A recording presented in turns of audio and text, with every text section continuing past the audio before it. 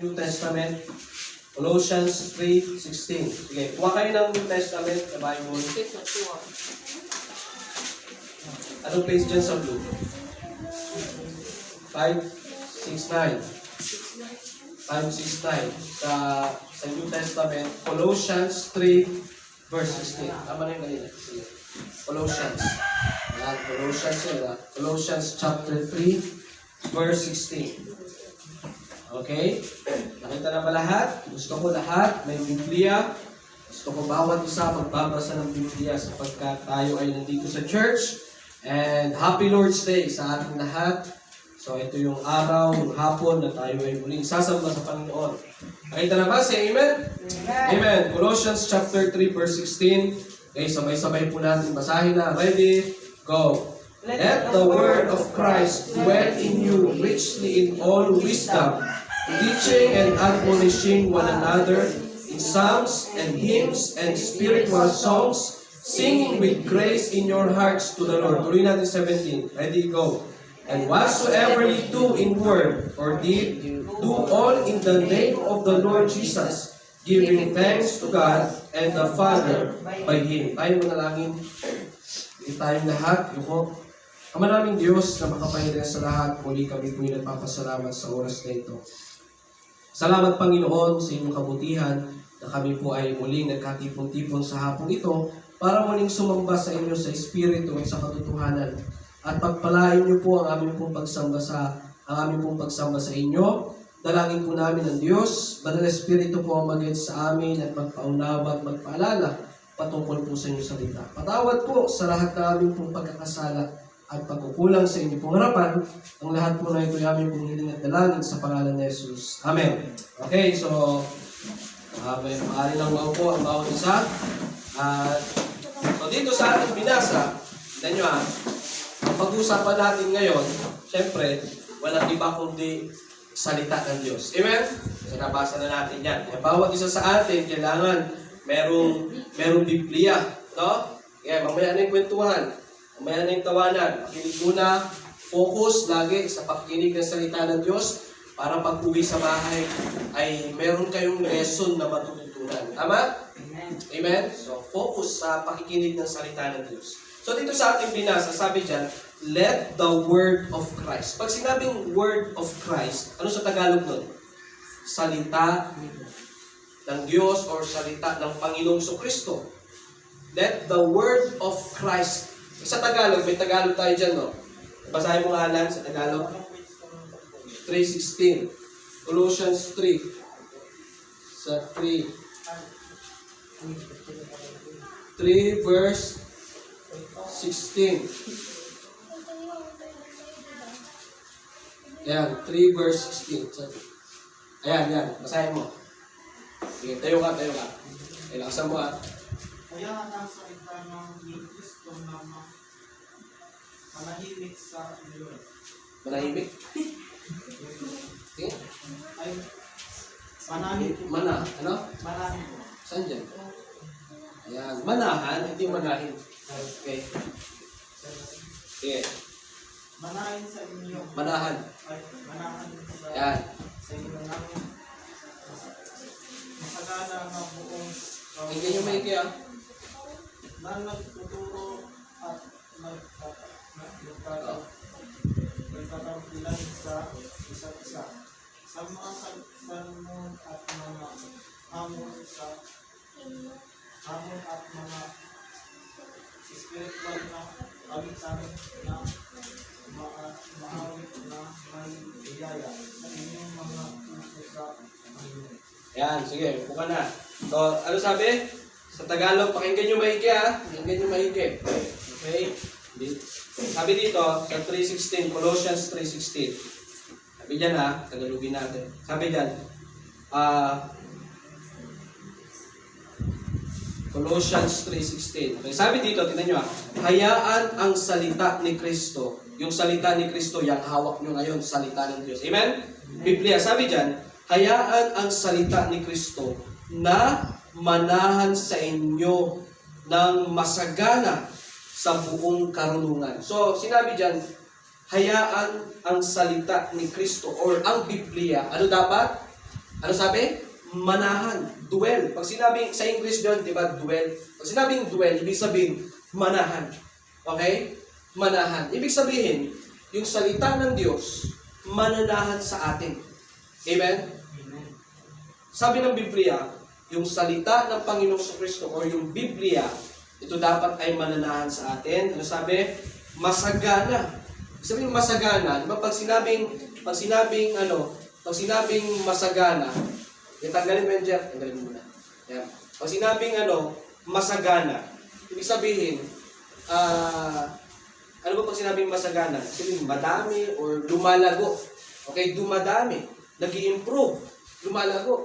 Alam niyo ang salita ng Diyos, kailangan ito ay dapat manahan sa atin ito. Okay, alam niyo si David, sinabi niya sa Psalms, yung salita ng Diyos ay tinatago ko sa aking puso upang maiwasan ko ang paggawa ng kasalanan. Alam niyo yung salita ng Diyos, kailangan manahan ito sa atin. Ibig sabihin, dwell. Ibig sabihin, tumira. Ibig sabihin, manahan sa buhay natin. Pastor, paano ko maipapakita na yung salita ng Diyos ay mananahan sa akin? Ibig sabihin, sa buhay natin. Okay, paano mo ba makikita sa isang tao na nananahan sa kanya yung salita ng Diyos? Paano? Sa pamamagitan ng kanyang pamumuhay. Kaya dapat bawat isa sa atin, yung salita ng Diyos dapat manahan sa atin. Ibig sabihin, isinasabuhay natin. Amen? Hindi yung pag pupunta tayo sa church, makikinig ng salita ng Diyos. Tapos pag uwi, ganun pa rin yung buhay. Which is, hindi maganda. Okay? Kaya sabi ng Biblia, dapat ito ay mananahan sa atin. Kasi pag hindi nanahan, mamumuhay tayo sa kasalanan. Sabi niya, let the word of Christ dwell in you richly in all wisdom. Okay? Paano manahan sa atin yung salita ng Diyos? Siyempre, kailangan natin itong aralin. Ibig sabihin, talagang mananahan sa iyong puso, mananahan sa ating buhay. Ibig sabihin, kung anong natutunan natin sa salita ng Diyos, gagawin natin. Amen? Natutunan nyo kung paano mag-pray. Diba kanina, tinuro ko sa inyo. At yung tingnan nyo, pansinin nyo yung prayer. Diba paulit-ulit na ito? Diba? May mga Sundays tayo na lagi nating naaral yung prayer. Kaya magtataka na lang ako. Magtataka siguro ako kung bakit yung iba sa inyo hindi pa rin marunong mag-pray. Diba? Kasi samantalang inilatag ko na sa inyo yung pattern ng prayer. Diba? Ano ang pattern nyo? Yung acts. Adoration, confession, thanksgiving, supplication. Tinuruan ko na kayo, pinakita sa Biblia na kung gaano ka-importante ang panalangin, paano manalangin. So, magtataka ako kung bakit hanggang ngayon hindi ka pa rin natututong mag-pray. Kasi Kristiyano na tayo, amen? Anak na tayo ng Diyos. So, ibig sabihin, isa sa dapat nating matutunan, yung panalangin. Okay? So, ibig sabihin, yung panalangin dapat mananahan sa atin yan. Ibig sabihin, lagi tayong mag-pray. Amen? Lagi tayong mag-pray. Kaya huwag niyong hayaan na lumipas ang mga taon, hindi pa rin kayo marunong mag-pray. Di ba? Magulat ko na lang kayo, tawagin ko kayo, mag-pray ka nga, Jay, mag-pray ka nga. Tapos, hindi ka pa rin marunong mag-pray. So, nakakahiya yan, di ba? Parang estudyante, no? Grade 5 na. Oy, 1 plus 1. Hindi pa rin alam. Di ba? Dapat, yung salita ng Diyos, natututo talaga tayo. Sikapin natin na matuto tayo. Alam nyo kapag ang isang bata na nagkaedad na at ganun pa rin, may problema na yan. Baka baka may sakit yan, di ba? Nakakita na kayo ng isang bata na lumaki na, nagkaedad na, ganun pa rin ang isip. Di ba? Di ba may sakit? Anong tawag sa kanila? Ha? Special child. Or Mongoloid, alam niya? Diba? Chapanay. Tama na. Okay. Diba? Tingnan nyo di ba parang nakakatawa, no? Kasi alam nyo, pag sinabing Mongoloid, hindi po nakakatawa yan. Kasi una, sakit yan eh. Diba? Kayo kaya yung maging Mongoloid. Siguro, pagtatawanan din kayo, di ba? Pasalamat nga kayo, hindi nyo naranasan yung gano'n eh. Yung ibang kabataan, naranasan yung gano'n. Di ba, anong ugali ng Mongoloid? Di ba, kahit na madagdagan na yung taon niya, ganun pa rin yung isip niya, no? Batang isip pa rin. Di ba? Alam niyo ba sa atin, minsan Mongoloid tayo. Na matanda na tayo, pero parang batang isip pa rin tayo, di ba? Lalo na, ang point ko dito, ganito, dapat, habang tumatanda tayo sa buhay Kristiyano, di ba, ngayon, mga bata pa lang tayo, di ba, ilang months pa lang tayo, di ba, na Kristiyano. Kung kailan ka tumanggap sa Panginoon, doon ka nag-umpisa, doon ka ipinanganak. So, tayo, mga bata pa lang tayo. So, sana, sikapin natin na habang tumatagal ang panahon, dapat, talagang may natututunan tayo. Kayo ba may natututunan? Kayo ba may natututunan? Amen. Dapat meron tayong natututunan. Kaya sabi ko nga sa inyo, lagi kong pinapaulit sa inyo, pag nag-aaral tayo ng salita ng Diyos, kailangan be attentive. Kailangan makinig maigi, nandun yung focus, para pag lalabas ng simbahan, masaya ka kasi may natutunan ka. Di ba? Kaya yung may mga ibang Kristiyano ngayon na kahit anong turo ng pastor, ilang taon na ang lumipas, wala pa rin pagbabago sa sarili. Bakit? Kasi nga, hindi ginagawa kung anong natutunan. Amen? Kaya dapat tayo, sikapin natin na isabuhay talaga yung ating natututunan. Kasi kapag ginagawa natin yung natutunan natin, halimbawa, yung patungkol sa prayer, sabi ko nga sa inyo, alam nyo na kung paano mag-pray. So ano gagawin nyo? Dapat i-exercise nyo. Dapat araw-araw. Sabi nga ng Biblia, di ba? Pray without ceasing. Amen? So dapat ang panalangin natin, araw-araw po ito. Hindi lang tayo magpipray pagdating sa church. Di ba? Dapat, pagdating sa bahay, mag-pray ka rin. Amen? Di ba? O pagdating sa kakain na kayo. O kakain na kayo. Buong pamilya nasa isang lamesa. Ikaw ang nakakaalam ng tama, di ba? Ano gagawin mo? I-lead mo sila sa prayer. Or bago tayo kumain, mag-pray muna tayo. Di ba? Para makita nila yung totoong Kristiyano. Di ba? Hindi kasi maganda na Kristiyano na tayo, pero pag nakihalubilo tayo sa mga tao, parang hindi tayo Kristiyano. Wala tayong pinagkaiba sa kanila. Tama? Tayong mga Kristiyano, malaki ang pagkakaiba natin sa mga taong hindi Kristiyano. Pastor, paano ba maging Kristiyano? Simple lang. Nung ikaw ay tumanggap sa Panginoon, ikaw ngayon ay Kristiyano na. Tumanggap na ba kayo sa Panginoon? Amen. So, tumanggap na kayo ang nakakaanak niyan. So, Kristiyano na tayo. Anak tayo ng Diyos. Anak na kayo ng Diyos. Kaya, bilang anak ng Diyos, kailangan yung mga utos ng Diyos dapat lagi natin ginagawa. So, pagpapakita yan na yung salita ng Diyos nananahan sa atin. Amen? Kasi sumusunod tayo sa salita ng Diyos tulad ng panalangin. Ano pa? Yung pagsisimba. Yan, napakahalaga din yan. Yung pagpunta nyo sa church. Kasi pagpapakita din yan na yung salita ng Diyos nananahan sa inyo. Kasi yung utos na magsimba nasa Biblia. Tama? Nagets nyo? So yung salita ng Diyos kailangan manahan sa atin. Sa pamamagitan ng panalangin, ng ano pa, ng pagpunta sa church, diba? And then ano pa, yung pagbabasa ng Biblia. Napakahalaga din yan. Kayo ba nagbabasa pa ng Biblia? No? Hindi na nga nag-pray, hindi pa nagbasa ng Biblia. So, paano lalakas yung buhay spiritual natin, di ba? Kaya huwag ka na magtaka kung bakit ngayon, addict ka pa rin hanggang ngayon sa ML. Bakit? Hindi ka nagbabasa ng Biblia. Hindi ka nagpe-pray. Paano lalakas yung buhay spiritual natin? Nagets niyo po? Nagets niyo ba? Kaya, alam niyo, yan ang sinasabi ko sa inyo. Madaling maging Kristiyano, pero mahirap magpaka-Kristiyano. Tama? Pagdating sa pamumuhay, ganun at ganun pa rin. Kaya alam niyo, nakakaya sa iba na ipapakita natin na Kristiyano tayo, pero nakikita naman sa gawa. Wala naman tayong pagkakaiba sa iba. Diba? So, kailangan ipakita natin na iba tayo sa kanila. Kailangan makita nila yung salita ng Diyos sa buhay natin. Makita nila at masabi nila na, ay, itong si ganito, ang laki na ng pinagbago niya. Simula nung nag-church siya. Simula nung naging Kristiyano siya, ang laki ng pinagbago niya. Dapat ganun yung maririnig natin. Kaysa naman na, ay si ang laki ng pinagbago niya. Bakit? Dati masama. Ngayon, lalong sumama. Dapat hindi ganun, di ba? Imbis na nagbago ng ugali, nagumanda yung ugali, hindi. Nagbago, lalong sumama. Diba? Hindi ganon. Kailangan yung salita ng Diyos mananahan sa atin. Kaya yung salita ng Diyos, isa puso nyo yan. Sikapin nyo talaga na magkaroon kayo ng time sa pagbabasa ng Biblia. Sabi ko nga sa inyo, kahit 5 minutes lang, 10 minutes every day, malaking bagay na yan. Diba? Kaya, ang tanong doon, paano lalago yung spiritual mo? Kaya minsan, tinatamad kang pumunta sa church, parang ayaw mo magsimba. Bakit?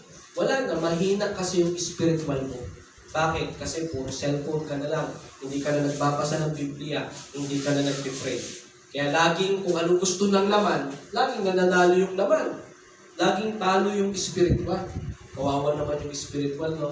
Hindi na natin pinapakain. Kung gano'n tayong kalakas kumain sa physical, dapat gano'n din tayong kalakas kumain sa spiritual.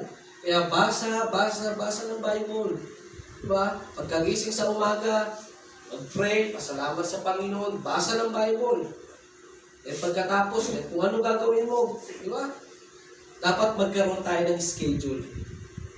Ikaw, sabi ko sa inyo, diba? Magkaroon kayo ng schedule. Ano ba, pagising nyo sa umaga. Pagising nyo sa umaga, anong dapat gawin? Siyempre, mag-pray muna. Diba? Pwede kayong mag-alarm eh. Diba? At huwag nyo, ganito huwag mong hayaan na gumigising kayo ng tanghali. Masanay kayo sa gising ng tanghali. Sikapin nyo na, maaari maaga gumising. Diba? Bakit ba laging tanghali na nagigising? Kuya. Si Baeng. Diba laging puyat? Diba? Puyat? Oh. Alam nyo ba,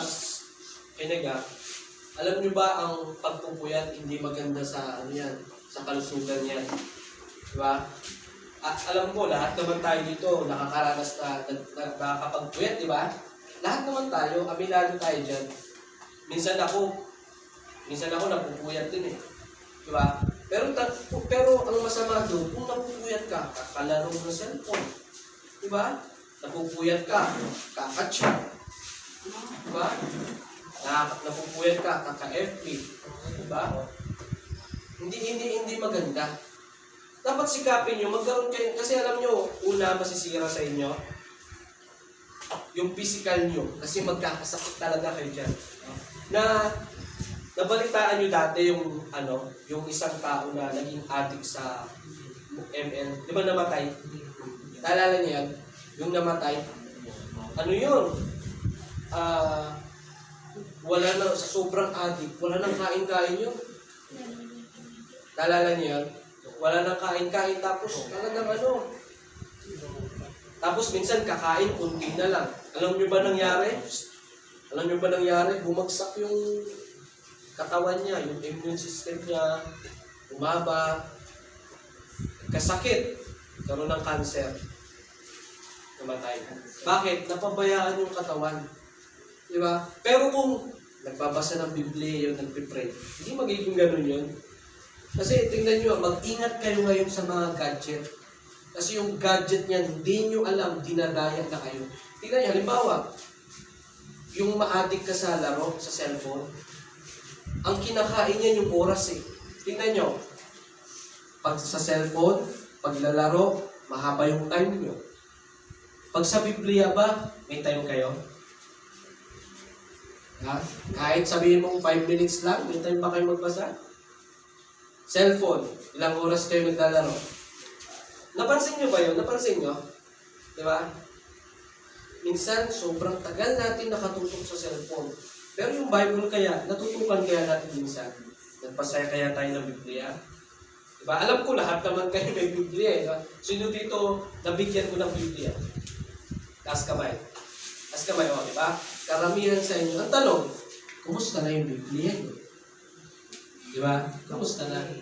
Baka mamaya, nababasa nyo lang yan kapag pumupunta sa church. Pero pag wala na sa church, hindi na nababasa yung Biblia. Diba? Nandun na ang Biblia kung saan-saan nakapatong. Tapos naaalikabukan. Samantalang yung cellphone, araw-araw nililinisan. Diba? Ayaw madumihan. Diba? Pero yung Bible niya, nandun lang sa sulok. Minsan, nasa labahan pa. Minsan, kung saan nakalikabukan. Kailan lang nalilinisan? Kapag pupunta sa church. Di ba, saan na pa Bible ko? Nakalimutan na kung saan nakalagay. Tapos pag nakita na ang Bible, ay, ito pala. Tapos, dami ng alikabok, tapos papagpalit. Diba? Pero yung cellphone, araw-araw, walang alikabok yan. Diba? Tayo, hindi makinig kayo, Mecca. Hindi joke ito. Hindi tayo nagjo-joke. Seryoso yun. Di ba seryoso tayo tayo? Yan ang katotohanan, di ba? Na mas mahaba yung time natin sa gadget natin kaysa sa Biblia. Kaya, magtataka kayo, bakit pastor parang nanihina ako? Bakit parang tinatamad akong magsimba? Kasi, napapabayaan natin yung pagsunod sa Diyos. Ang pagsunod sa Diyos, hindi lang yung pagsisimba. Ang pagsisimba, nakakapagpalakas din sa spiritual natin yan. Kasi pagdating dito sa church, magbabasa kayo ng Biblia, magpipray, makikinig ng mensahe. Paano kapag tapos na ng simba? Siyempre, bukas, Monday, Tuesday, walang simba. O, paano kayo lalakas? Anong dapat gawin? Yun na, doon na papasok yung magbasa ng Biblia, doon na papasok yung panalangin. No, minsan, Wednesday, wala din tayo. Ano gagawin mo? Basa ng Biblia, manalangin. Diba? Kaya yung Biblia na yan, sabi ng Biblia, let the word of Christ dwell in you richly. Kailangan mayaman tayo sa salita ng Diyos.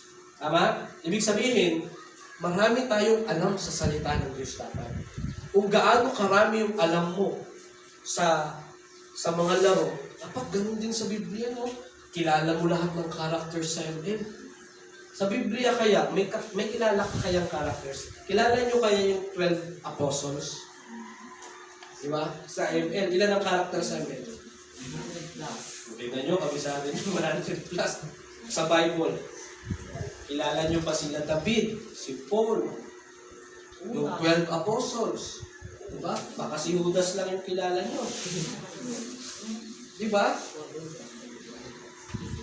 Kaya sa atin, tignan nyo, manahan dapat sa atin yung salita ng Diyos. Okay? Kung hindi pa kayo nagbabasa ng Biblia sa bahay nyo, simulan nyo na. Huwag nyo hayaan na huli na ang lahat. No? Huwag nyo hayaan na kung kailan malabo na yung mata nyo, tsaka kayo magsasabi na gusto kong magbasa ng Biblia. Malilinaw pa yung mata nyo eh. Alam nyo kapag kapupuyat nyo, puyat lagi, puro laro, talagang pag nagkaedad kayo, aanihin nyo yan. Lalabo yung mata nyo. Bakit? Kasi nung bata kayo, hanggang hating gabi, puro cellphone, puro laro. Kasi yung radiation yan eh. Kaya alam nyo, mas maganda sa atin, lalo na tayong mga kabataan, na iwasan natin na babad tayo sa cellphone. Okay lang naman kung online class, di ba? Mga modules na research. Pero yung ibabad mo yung sarili mo sa kakalaro, kaka-addict. Alam nyo, pag nagalit ang Diyos, baka yung cellphone nyo kunin ng Diyos yan. Baka sirain ng Diyos yan. Kasi hindi natutuwa ang Diyos eh. Pero pag Biblia, diba? Pag Biblia, araw-araw kang may time sa bayan. Umamayang gabi, simulan nyo pag uwi nyo ng bahay. Bago matulog, mag-pray, magbasa ng Biblia. I-schedule nyo yan, magkaroon kayo ng alarm. No? Alam nyo, maganda talaga yan. Kasi, una, yung testimony, yung patotoo natin. Alam nyo ba, pag nakita tayo ng mga kamag-anak natin na may pagbabago tayo, madadala talaga sila eh. Diba? Halimbawa, may mga kapatid tayo. Nakita kanila na, iba na to si ate ah. Iba na to si kuya. Dati, pabad siya sa cellphone. Ngayon, nagbabasa na siya ng Biblia. Nagpipray na siya. Ano mangyayari? Saan kaya siya nagsisimba? Sama kaya ako? So, mas ma-attract natin sila. Tama? Mas maaaya natin sila sa pamamagitan ng mga ginagawa natin. Tama? Pero kung lagi tayong nakikita babad sa cellphone, ano isipin nila? Wala naman pagbabago. Nung nagsimba siya, ganun pa rin siya. Di ba? Walang pagbabago. Kaya hindi maganda. Kailangan sa atin, mga Kristiyano tayo, yung binasa natin kanina, yung salita ng Diyos, anong dapat? Mananahan sa atin. Sa pamamagitan ng pagsunod, sa pamamagitan ng paggawa sa salita ng Diyos. Yung prayer, natutunan nyo na yan. Paano madalangin, gawin nyo. Natutunan nyo magbasa ng Biblia, gawin nyo. Diba? Tapos magkabisado kayo ng mga verses. Yung mga inaaral natin dito every Sunday, Wednesday, Friday, sulatan nyo. Yung Biblia nyo, dalihin nyo. Tapos kung ano babasahin natin, guhitan nyo. Tapos i-memorize nyo. Diba? Mas maganda na mas marami tayong alam sa Bible. Diba? Biblia. Dati, walang nagtuturo sa inyo sa ganyan, no? Diba? Puro Bible, puro Bible, puro Bible. Eh ngayon nandito kayo sa church. Sabi ko nga sa inyo, iba yung church natin. Ito yung church na puro Bible talaga.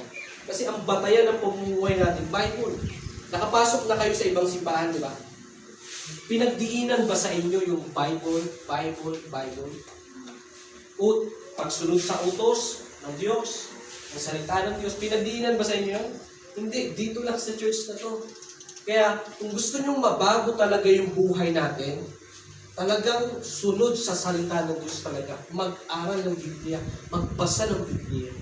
Kahit isang chapter a day lang. Diba? Simulan nyo sa ano? Simulan nyo sa Book of Psalms. Book of Psalms. Ano kasi yan eh? Old Testament. Diba? Karamihan sa inyo may Bible na kulay blue. Old Testament. Kahit simulan nyo sa Book of Psalms. Basahin nyo. 1 chapter a day. Mamaya, gabi, or kahit bukas ng umaga, pagkagising, mag-pray, mag-alarm ka. Halimbawa, ang alarm mo ay alas 6, gigising ako. Alarm ako.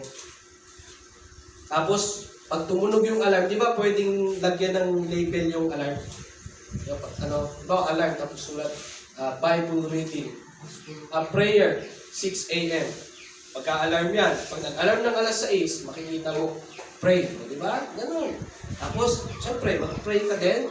Bible reading. Chapter 1 ng Book of Psalms. Pasa ka niyan. Kano ba kahaba yung chapter 1? Mabilis lang yan. Diba? O pagkatapos magbasa, mag-pray ulit. Pasalamat sa Diyos. Pagkatapos, kung anong gusto mong gawin, gawin mo na. Okay? Gawa sa gawain bahay. Mga modules. Diba? O tapos paggabi naman, bago matulog, mag-alarm ka ulit. Halimbawa, alas 8 ng gabi, mag-pray ulit ako. Tapos Bible reading ulit. Psalm chapter 2 naman. O diba? Basa ulit. Napakabilis lang talaga yan. Mas mahaba pa yung laro natin sa cellphone. Diba? Ang tinuturuan ko kayo dito, paano lumago sa spiritual. Kasi hindi ka talaga lalago kung hindi tayo marunong sumunod sa utos ng Diyos. Tama? Magmumukha tayong mongoloid. Ibig sabihin, tumatanda ka sa spiritual, pero bata yung isip mo. Nagets niyo ako? Nagets niyo ako? Habang tumatanda ka, bumabata yung isip natin. Huwag nating hayaan na mongoloid tayo sa spiritual. Ang ganda-ganda ng physical mo, pero sa spiritual, mongoloid. Ibig sabihin, ang tagal mo na sa church, pero ilan pa lang yung kabisado ng memory verse, di ba? Ilan pa lang yung alam mong kwento sa Bible. Kaya kung gusto nyo dumami yung alam mo sa salita ng Diyos, hindi lang more on pakikinig. Pag nagbasa din kayo ng salita ng Diyos, mas lalong dumadami yung alam nyo sa salita ng Diyos. Di ba? Parang sa school lang din yun, di ba? Sa school, kung gusto nyo dumami yung alam nyo sa subject, anong dapat gawin? Di ba minsan nag-advance kayo? Advanced study, di ba? Ibabasa ng libro. Para mas lalo yung maunawan. Hindi lang kayo bumabase sa kung ano ang tinuturo ng teacher, di ba?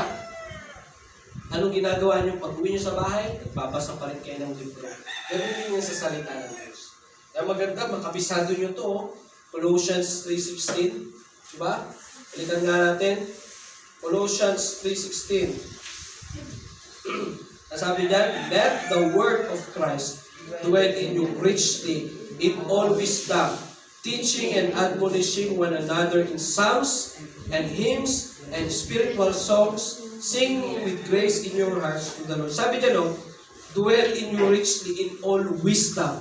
Pag sinabing wisdom, sabihin karunungan, katalinuhan. Alam nyo, pag marami kayong alam sa Biblia, lagi kayong nagbabasa, mas magiging malinis yung isip nyo. Pansin nyo ba minsan, parang laging naiisip nyo puro basura? Naisip nyo minsan, na puro laman ng isip mo, puro basura, puro hindi maganda, puro kabastusan. Minsan ganyan ang isip ng tao eh. Gusto nyo matanggal yan? Magbasa kayo ng Biblia. Mag-memorize kayo ng mga verses para yung isip natin maging malinis. Hindi maging marumi. Diba kasi ang utak ng tao minsan marumi. Di ba? Hindi maganda. Minsan, alam ko, nararanasan nyo yan eh. Kaya, ngayon pa lang, agapan nyo na. Kailangan wag puro basura ang ilagay sa isip. Kailangan magkabisado tayo ng mga verses. Kailangan magbasa ng Biblia. Kung anong natutunan, buhitan mo. Tapos isabuhay. Amen? Isabuhay. Sabi dyan, no? In all wisdom. Ano pa? Teaching. Teaching. Pagtuturo. Kaya kayo, tinuturuan ko kayo kung paano mag-soul winning, kung paano magturo sa tao. Kasi nasa Biblia, teaching and admonishing one another. Ibig sabihin, i-encourage nyo yung bawat isa, paalalahanan nyo yung bawat isa. Amen? Amen. Kung may nakita kayo dyan na miyembro na hindi na nagsisimba, pag nakita kayo, kumustahin mo? Kumusta ka na? Hindi ka na nagsisimba. O, sa linggo, simba ka. Mga ganon, kumustahin nyo, di ba? Kasi pag-ibig yun eh. Admonishing one another, magpalakasan sa bawat isa. Kung may nakita kayong kapatiran, ano sasabihin nyo? Tuloy lang tayo sa paglilingkod, ha? Amen ba? Amen. Tuloy lang tayo, ha? Tuloy lang. Huwag natin gayahin yung iba na humintok na. Eh, sinasabi ng Biblia na admonishing one another. Paalalahanan nyo yung bawat isa, encourage nyo ang bawat isa na magpatuloy sa paglilingkod sa Diyos. Amen? Sabi niya, no, admonishing one another. At sabi ng Biblia, in psalms and hymns, yung hymns natin, ito mga kinakanta natin, diba? Isa ito siya nagpapalakas sa atin pag umaawit tayo ng mga makalangit na awit. Psalms, hymns, and spiritual songs. Yung mga kinakanta natin. Diba? Laging laban yan eh. Spiritual songs and worldly songs. Diba? Kaya yung mga worldly songs sa cellphone nyo, maganda, burahin nyo na yan. Yung mga kanta na hindi nakakapagbigay ng papuri sa Diyos. Yung mga kanta na puro wala namang kwenta. Diba? Burahin nyo na yan. Palitan nyo ng mga hymnals. Yung mga nasa songbook. I-research nyo, i-download nyo. Diba? Tapos pakinggan nyo sa bahay. Diba? Para mas lalo tayong lumakas sa spiritual natin. Sabi niyan, hymns and spiritual songs, singing with grace in your hearts to the Lord. Kaya meron tayong singing, awitan. Amen? Meron tayong awitan para lumakas tayo sa ating buhay spiritual. Kaya yung salita ng Diyos ha, at ito ang tandaan nyo, wag na wag kayong lalayo sa Panginoon. Amen? Natagpuan nyo na ang katotohanan. Wag na wag nyo nang layuan. Etong church, natagpuan nyo na dito yung katotohanan, yung salita ng Diyos. Wag na wag nyo nang subukan. Wag na wag nyo nang subukan na lumayo sa gawain ng Panginoon. Amen? Huwag na.